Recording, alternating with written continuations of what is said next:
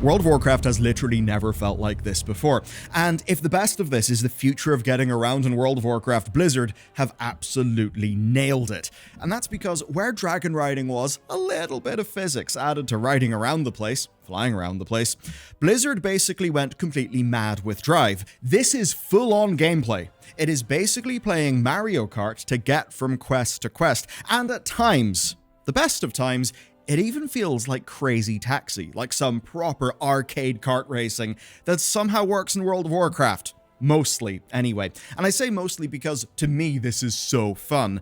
But there's an asterisk. You know, they always say the monkey's paw curls, and this time, I'm going to predict one thing. Some people will absolutely love this. I'm one of them. I love Plunderstorm.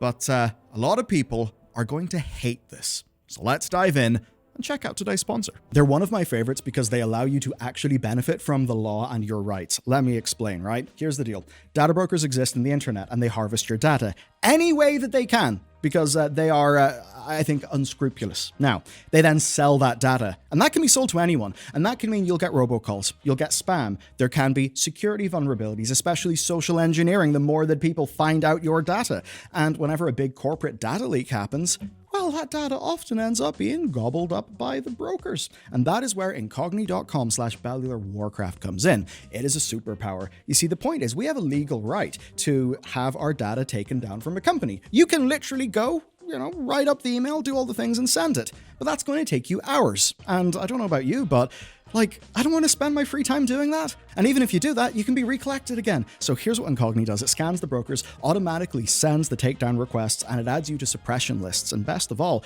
it will continually rescan to keep your data down. So here's my dashboard, 114 sent, 8 in progress, 106 completed. I'm on 21 suppression lists, and you can see the spikes in the graph as an example, I added a new home address and email address to it, and just them doing the continual rescanning. It's awesome, and the upshot is really simple. My data is not being spread about the place without my knowledge or consent. I care about that. I don't want that data going all over the place. I'm sure you don't either. Incogni means you can actually benefit from the laws that have been designed to protect us, but that we're just not able to access because they're jumping through hoops and it's all arcane bollocks. So 60% off the annual plan at Incogni.com/Bellular Warcraft. I use them personally, and I very much have kept my annual subscription. Undermine grants you a zone-wide ability to summon in the G99 Breakneck, which is your sort of mount thing for this patch. And it's basically so fast that it feels like a private server console command. Don't worry, I wouldn't know what that feels like. Now, the slowest engine of the 3 you can customize goes from 0 to 714% move speed in about a second. The fastest engine takes a little bit of time to get going, but caps out an absolutely massive 1,143% move speed, and the engine that you start with is the middle of them. It hits 857% speed in just a few seconds. So, those videos of people sitting in like a Tesla or some electric car and they're blown away by how crazy the acceleration is. It almost feels like a launch coaster. That's kind of what's going on here. Now, for comparison, 850% move speed is about 10% faster than flying at full speed in Khazalgar. And that is all before the boosts come in, and the boosts are fast. Now, if you control this with your keyboard and you get good at tapping and managing your drift, you will have fun. If you control it with your mouse, as if it's, say, a warthog in Halo, you probably won't have as good as a time. Now, overall, this is not quite as convenient as flying because, there are roads to contend with. But that's the thing. This whole zone is built around D.R.I.V.E. So picture a densely packed circular city with motorways where you can drift around those motorways to get anywhere that you want. And if you want to know how quick this is, after practice, you can zoom from one side to the other side in about 15 seconds. So I suppose you could get the clickbait headline, World of Warcraft's new patch is 15 seconds big. And crazily enough, that's not with the fastest setup. Now, what's actually cool here, what's actually gameplay, is once you actually get the hang of this, you'll start to find all sorts of little tricks. One of the best things in a game is to learn and understand a new movement system, but then apply it to the world that you're in. And with this, you can slide through shortcuts, launch off ramps, soar over entire sections of goblin slums, and master the art of drifting to keep your boost meter charged, just like the best of the good old days playing Crash Team Racing. And it's that boosting that will let you stay way above your engine's base speed, which, is already absurdly fast. Now, I'm going to talk about how some people will hate this later, because some will hate this, but do know this right now. One good thing is that regular ground mounts do work here, and Undermine is not some big, sprawling expanse like, say, the Zaralet Cavern. Undermine is small, like it's bigger than the Siren Isle, but it's not humongously bigger. But I actually don't say that in a bad way, even though this is a major patch. It is extremely dense, almost as if it's designed to be a city. So if you don't want to use drive and you want to ride around in a regular mount, that's actually going to be okay. Now, let's compare this to skywriting, where there's a big difference. This is actually fun. That's a little bit hyperbolic, but, credit where it's due. Whenever dragon riding came out, it was a massive improvement over the boring no-clip style of flight added in the Burning Crusade, and certainly I found myself mining for hours on end in this expansion, where I wouldn't have done that with the old flying system. But this is an entirely different thing. It really is. And Blizzard have actually paid a lot of attention to the details here. You know that they have been looking at drifting games, at proper kart racing style physics, because somehow they have nailed that in World of Warcraft, which I did not expect. So drifting around a corner, then boosting out of a real sharp turn is just satisfying in a way that flying could never be. It's that whole thing of there being a skill ceiling. There really is one to this system, not just in using it with your controls, but also mastery of the map. So when you learn the layout of the slums and you figure out how to control your angles, even just doing donuts or, laps around the Intercontinental Hotel, those are unbelievably good. If you could do laps around Dalaran in one of these, you'd basically never be able to turn off World of Warcraft and you would die in situ. It's so good, in fact, that it's making it hard to test the other part of this patch on PTR, and that's because sometimes, when you're having so much fun driving about the place, getting out of the car to do world quests kinda sucks. Our next topic then is how drive connects to the rest of this patch in the gameplay, and the answer basically is lightly. So in terms of progression, you can get different colors, different engine options, and all of those things from relevant sources like, you never heard these before, achievements, rares, treasures. But most of those are cosmetic things, and I suppose the things that do impact your performance, like different wheels for different handling, they're less upgrades, they're more just different configurations, and certainly for most players, I would actually recommend going with the lowest top speed car and the most grippy wheels. Yeah, you're not going to have some crazy top line speed number, but for just like getting around the place normally, it's probably going to be more practical unless you're perhaps like me and Matt and you really love this system and want to get the most out of it. Content-wise, well, there's a weekly quest for a chunk of reputation and all the usual stuff. It asks you to do 20 shipping and handling missions, which require driving, but they're not really about driving. You basically follow an arrow at your own pace, then you hop out of the car to fight some mobs or click on some items for an NPC. Thrilling stuff. If you do like 10 of these in one go, it kind of is like a proper shift as a driver, and that will net you some rewards. Now there is a timed version of this as well, but those don't look like they're offering any major rewards or achievements. I would certainly say, Blizzard, for those of us who kind of like the top end of this system, please do absolutely insane shit. Let us really push this to the limits. But at the very least, there are, of course, race world quests with rankings and achievements, just like with skywriting, which certainly is a good thing.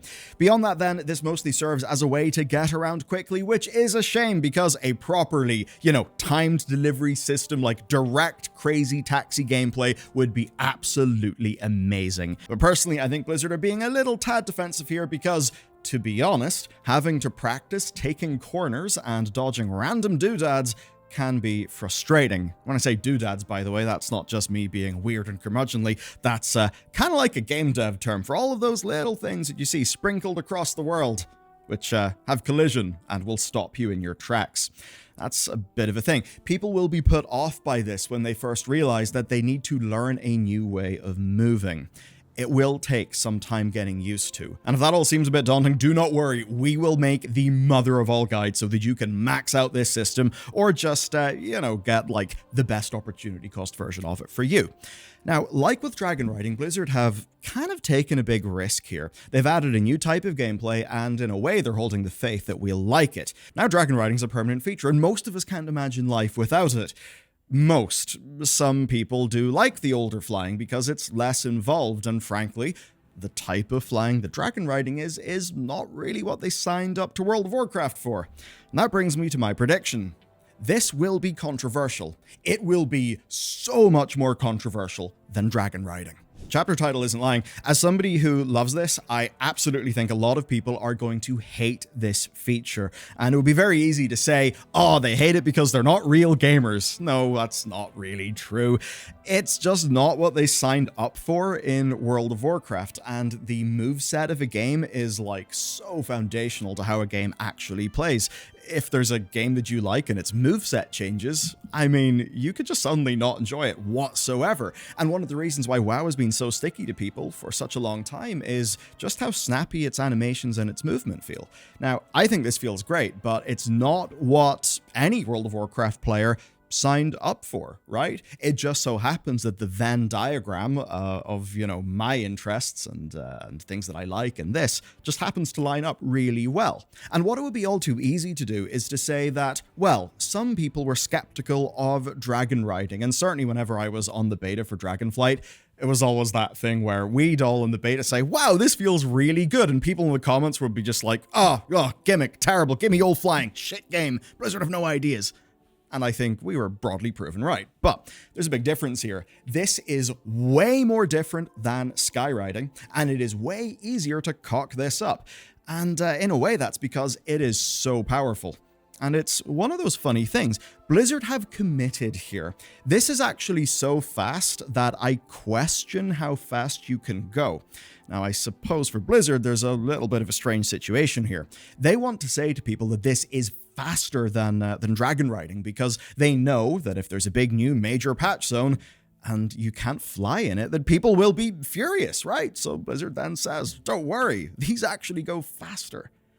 But is it maybe too fast for the speed? You see, whenever you bump into like a little doodad or whatever in the world, it does actually feel pretty bad sometimes. That doesn't feel great. Some of that is a little design thing, some of it's just because of what we are or are not used to in World of Warcraft. But I suppose big picture, it's that funny thing where I'm brought back to a story. So picture this, it is the year 2017. Matt is a mythic raider and he's progressing with his mythic raiding guild in Antorus. Hell of a raid. But then they get to Iminar the Soul Hunter. Now, Iminar is a boss that asks something shocking from the WoW player. To play another game. Because it has a segment that is inspired by Frogger. And funnily enough, it turns out that mythic raiders, people who sim their character, who are balls deep into the mathematics, just might be kind of shit at playing Frogger. And so Matt was there as this person who was mythic raiding, was good at the numbers and all of that, but also plays video games very broadly, and he's sitting there thinking, oh my god, these players, these mythic players at the top end of this game cannot play Frogger, what's going on? And I just bring that up to say that World of Warcraft is World of Warcraft. This is not World of Warcraft, and those little times where Blizzard asks you to go off-piste in terms of mechanics and controls, they can be controversial, and versus dragon riding, this is way more off-piste, and because of that, I think a lot of people are going to bounce off it. And that's the thing. If you put in enough effort to learn the basics, to learn the ropes, you can then start to get in a flow state, because your level of competency, basically, it's the flow chart, all of that research from Mihai Csikszentmihalyi, I think. You can really hit flow with this system. But to hit flow, you got to put in just enough effort to really, well, for lack of a better term, fuck with it. But if you bounce off before that, you're not going to have fun. Just like the people who drop into Plunderstorm, don't really know what's going on, haven't learned a battle royale, and hate it. Whereas there's people who just persist for 30 minutes more and they end up, like me, completely addicted. So yes, some people will hate it, But in many ways, I do think this is the future. Dragon riding paved the way for skywriting. Will D.R.I.V.E do the same thing? Will we be drifting around Silvermoon in midnight? Will you be doing donuts and some, donuts around the Sunwell? I can't say, but there are some clues pointing in both ways. So, this is obviously a larger change than dragon riding was, and the implementation is still a bit strange, because this is not a special kind of mount like our dragons were. It's a weird part mount, part vehicle hybrid thing. It's essentially an ability that pops up in the zone. It's not anywhere in your mount collection, and it gives you the vehicle UI with a boost button and a few other little things. So it's not a mount. But on the other hand, the tooltip says that it's a warband mount, it's got the ground label, like a mount, and the vehicle UI goes away under certain circumstances. So technically speaking, it's a sort of weird hybrid, which fits this being a test. And I think it could be a test of Blizzard's greatest traditional strength: theft. Guild Wars 2 is obviously what I'm talking about here. It has insanely creative mounts. There are 9 different types, which range from the Griffin, which flies like basically our dragons, but slower and more punishing. There's the Raptor that goes pretty fast, but has got a big leap forward across terrain. You've got the Roller Beetle, which has, it's basically pod racing with like drifting and a boost meter. And there's way more as well, like a rabbit that's really good at jumping. Now, for years, those mounts, their customizations and their masteries have been a humongous draw to Guild Wars 2. And because of how that game is monetized, pretty damn big way for ArenaNet to actually make some money. But in that game, it's especially because it's got such a focus on evergreen, meaningful world content. It's an absolute no-brainer that Blizzard just yoinks that model from ArenaNet even more. But there's a problem. Cars drifting makes sense, and horses could drift if you gave them low-friction horseshoes and put a rocket up their arse for boosting, but wouldn't really make sense, would it? And if the drive gameplay was to make it out of Undermine, it would need to be slower, because right now this is the dangerous quantity of white powder up your nose take on a system like this. It truly is video games. I commend them for that, but man, it's kind of ballsy and risky. Now, as for the other mounts, look, it's pretty simple. You've got drive, but toned down a bit for the mechanical mounts, like your tricycles and stuff. Then your Hawkstriders and Raptors, well, those could just be put into being bipeds. Quadrupeds then basically handles the rest of them. You, on top of those kind of broad categories, could sprinkle in some flavor for individual types. As an example, yes, hippos, horses, and elecs are all quadrupeds. I've got a feeling they should be going at slightly different speeds with different handling mechanics. But that's all ideas right now, and I don't think Blizzard have planned that far ahead yet. They are going to wait and see how people respond to drifting around Undermine first, where the fast cars, asphalt roads, and reckless driving actually do make sense. Then, if we love it, I think they will put engineers to work to add this sort of thing across the rest of the game. That is the playbook with every system and event that they've added to the game for years now. They test a limited version of it live, they gather feedback, they then do their internal testing, then they make a call. And they will want to make this work. Here's why. This could finally be the solution to a massive Blizzard problem and a massive player problem. And it's all because of flying. Since the Burning Crusade, every expansion has had a different relationship with flying and a fundamental problem. The design of the world often doesn't matter if you can just fly over it and go straight to your objective, which, world PvP, little bit dead. For us players, very, very convenient, but it also does mean, Blizzard rewards you with a ground mount in World of Warcraft, and you think, oh, gee, a ground mount, great. I don't care. I guess my mount number has went up. That's all that I care about. Now, the Burning Crusade and Wrath of the Lich King designed some areas based on flying, which was pretty great. MoP had no limits outside of patch zones. WoD added Pathfinder, sparking a whole giant drama. That was fun to cover at the time. And then we had the whole unlock flight through world content completion Pathfinder model as the default that continued for years until Dragonflight, and it still is alive to this day because basically you gotta do Pathfinder to unlock old style flying, which really just feels vestigial and a bit pointless now. Blizzard's problem then is really simple. How do they design meaningful world content that's fun because of level design when players can just fly over it? And then for us players, well, why would you ever use a mount that doesn't involve dragon riding? And now that dragon riding is called skyriding and so many mounts can do it, you're just going to find one of those mounts that is good on the ground, but also can skyride, and you're going to choose that as your default mount, and there you go. You probably don't care about collecting mounts anymore. I mean, they're all mechanically, at best, they're mechanically the same. At worst, they're a really cool ground mount that you've got no reason to use, which is a player problem. And it's absolutely true that skywriting was an improvement, but it still invokes many of the same level design problems. But hey, at least it is interactive, and with D.R.I.V.E, they have their next big shot. And so many ideas could come up naturally. I mean, flying up the Barrens in a drag race, drifting around Ashenvale in a car, which is not Warcraft. It's a bit of Warcraft. We've had vehicle-style mounts for ages. Warcraft, like even before the MMO, did have loads of Goblin and Gnome bullshit. But for this to go worldwide, it needs to support more than just the Goblin or Gnome fantasy. That means everything else, and that is a gargantuan amount of work.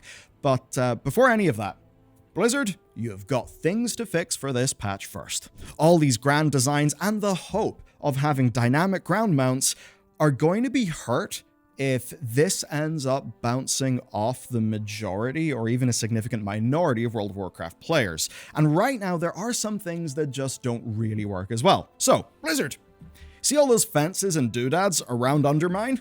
Just delete half of them. Now, those are there in a way to challenge your mastery of the map and your control of your vehicle, but these are going so fast, especially as compared to what we're used to in World of Warcraft, that half the time it does just feel like your car teleported into a fence and now you're not moving anymore. That doesn't feel great. There are also still some physics things, and also, like, whenever in a car game you drive into a wall, you normally bounce off the wall or something like that.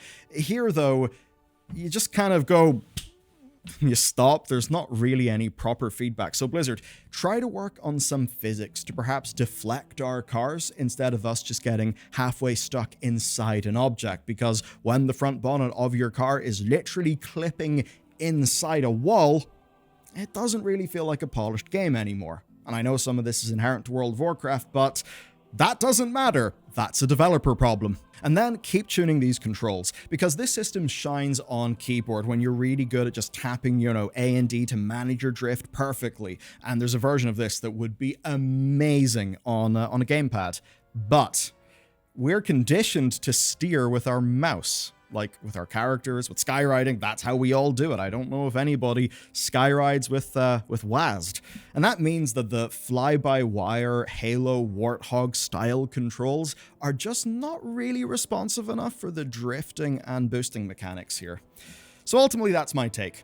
I love this. This is so goddamn fun, but it is too prescriptive to be an evergreen World of Warcraft feature. What I mean by prescriptive is this is quite opinionated as a design. I do happen to love opinionated designs. I think a designer has often really got to commit to a design so that there's our true target audience instead of just generic slop that anybody could like. But World of Warcraft is a really big game, and I think that while this is really fun to people who love kart racing games, and likely to loads of other people as well, it certainly is a change. I think Blizzard know that, though. That's why this is so specific to this patch, and it's why Undermine is not a vast, expansive city. It is a tight, dense city that you can use a regular ground mount in and absolutely get around the place really, really quick. And to further evidence Blizzard knows this is inherently a little bit niche, well, dragon riding was a change, but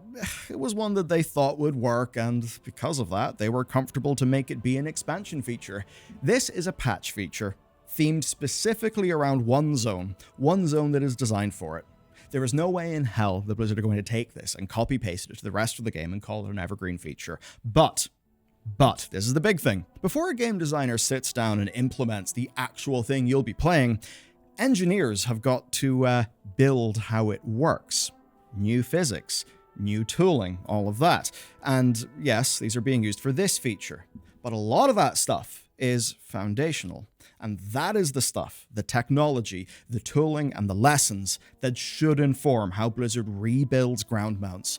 Because I think that World of Warcraft needs to rebuild ground mounts. But not for the reason I expect is in the front of the development team's minds, which again is the age-old problem of, we designed a really cool enemy fortress and now players just go whoop right over it. No, that's a game designer problem. Do you know what I think the big player-facing thing is? Ground mounts and mounts in general are really goddamn boring. They really are. I mean, there's mount equipment in World of Warcraft, but God, who even remembers that's a feature? No, what World of Warcraft needs is player rewards to be compelling, to be more interactive. One of the reasons why I'm very pro player housing is because I'm bored of being given pets, mounts, titles, achievements, and toys. They don't hit the same anymore. I want a new way to be rewarded. And if Blizzard are ever going to have the promise of unlocking a new ground mount be a cool, exciting thing, other than from just cosmetic or collection reasons, well, they need to build this system. That's it from me, and to learn about the rest of this patch, check out this video next.